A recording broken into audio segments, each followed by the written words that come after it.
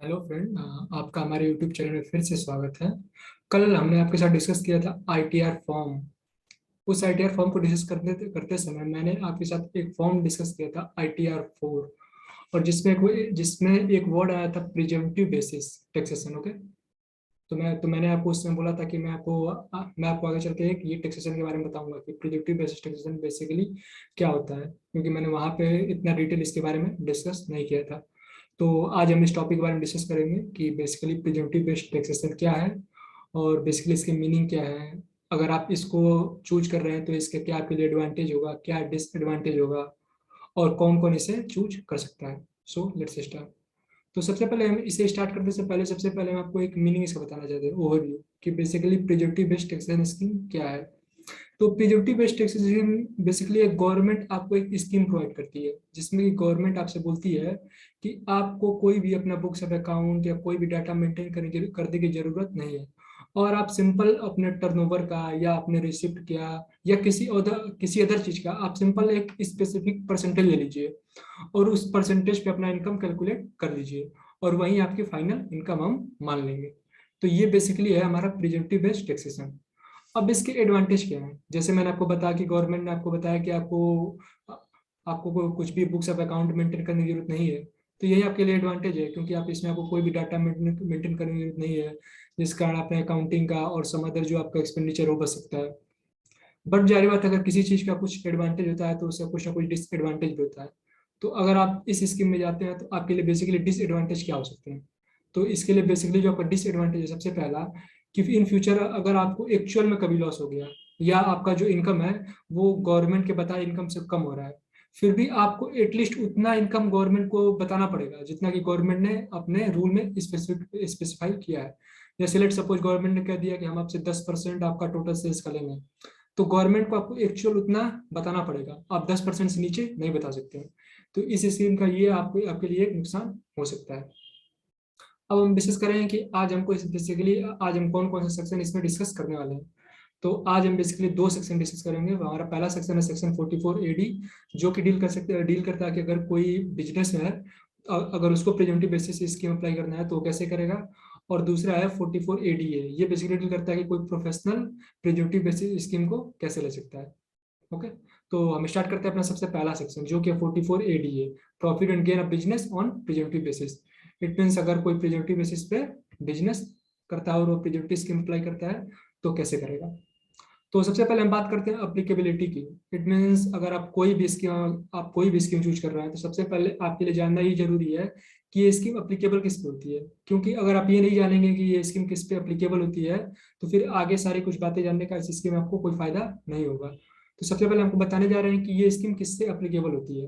तो ये scheme basically applicable होती है रेसिडेंट इंडिविजुअल पे, रेसिडेंट एचयूएफ पे एंड रेसिडेंट फॉर्म पे, एक्सक्लूडिंग एलएलपी। इट मीन्स अगर आप इंडिया के रेसिडेंट हैं और अगर आप इंडिविजुअल हैं, या आप एचयूएफ हैं, हाँ, हिंदू अनडिवाइडेड फैमिली है, या आप पार्टनरशिप फॉर्म है, तो ये स्कीम आपके लिए अप्लीकेबल है। बट आपको एक ध्यान देना है कि ये स्कीम एलएलपी के लिए अप्लीकेबल नहीं है।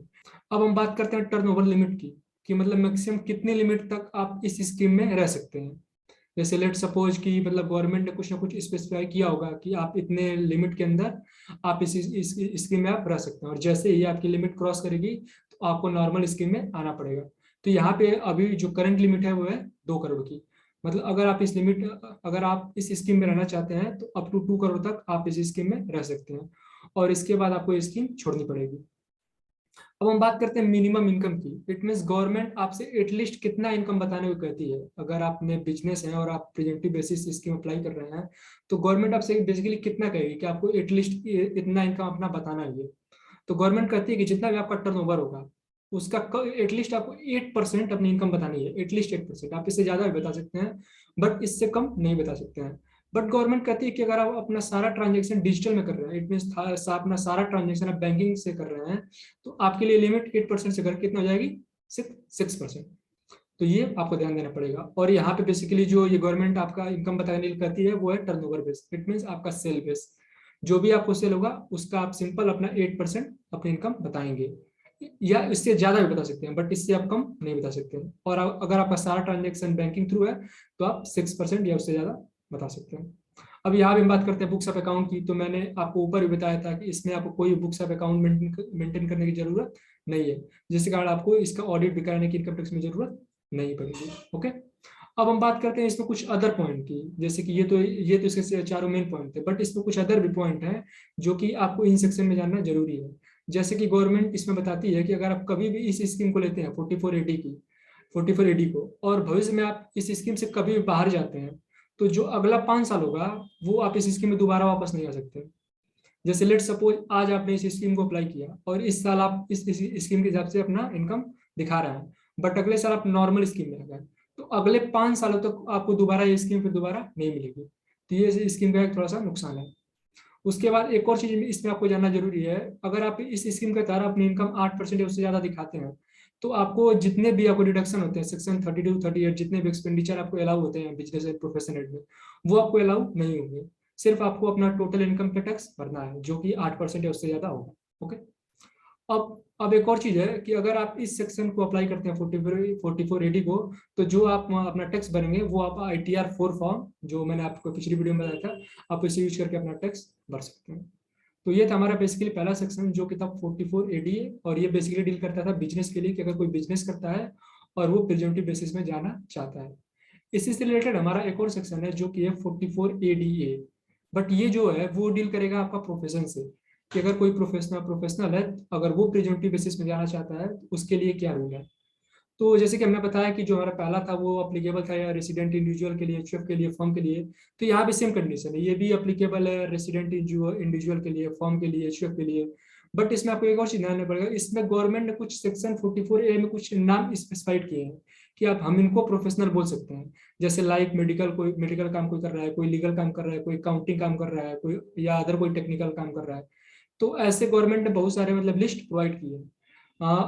और अगर आप उस लिस्ट में आते हैं तो आप इसके हेड में अपना इनकम शो कर सकते हैं। अब हम बात करते हैं, जैसे हमने आपको स्टार्टिंग में बताया था इस हेड में कि इसकी टर्नओवर लिमिट 2 करोड़ है।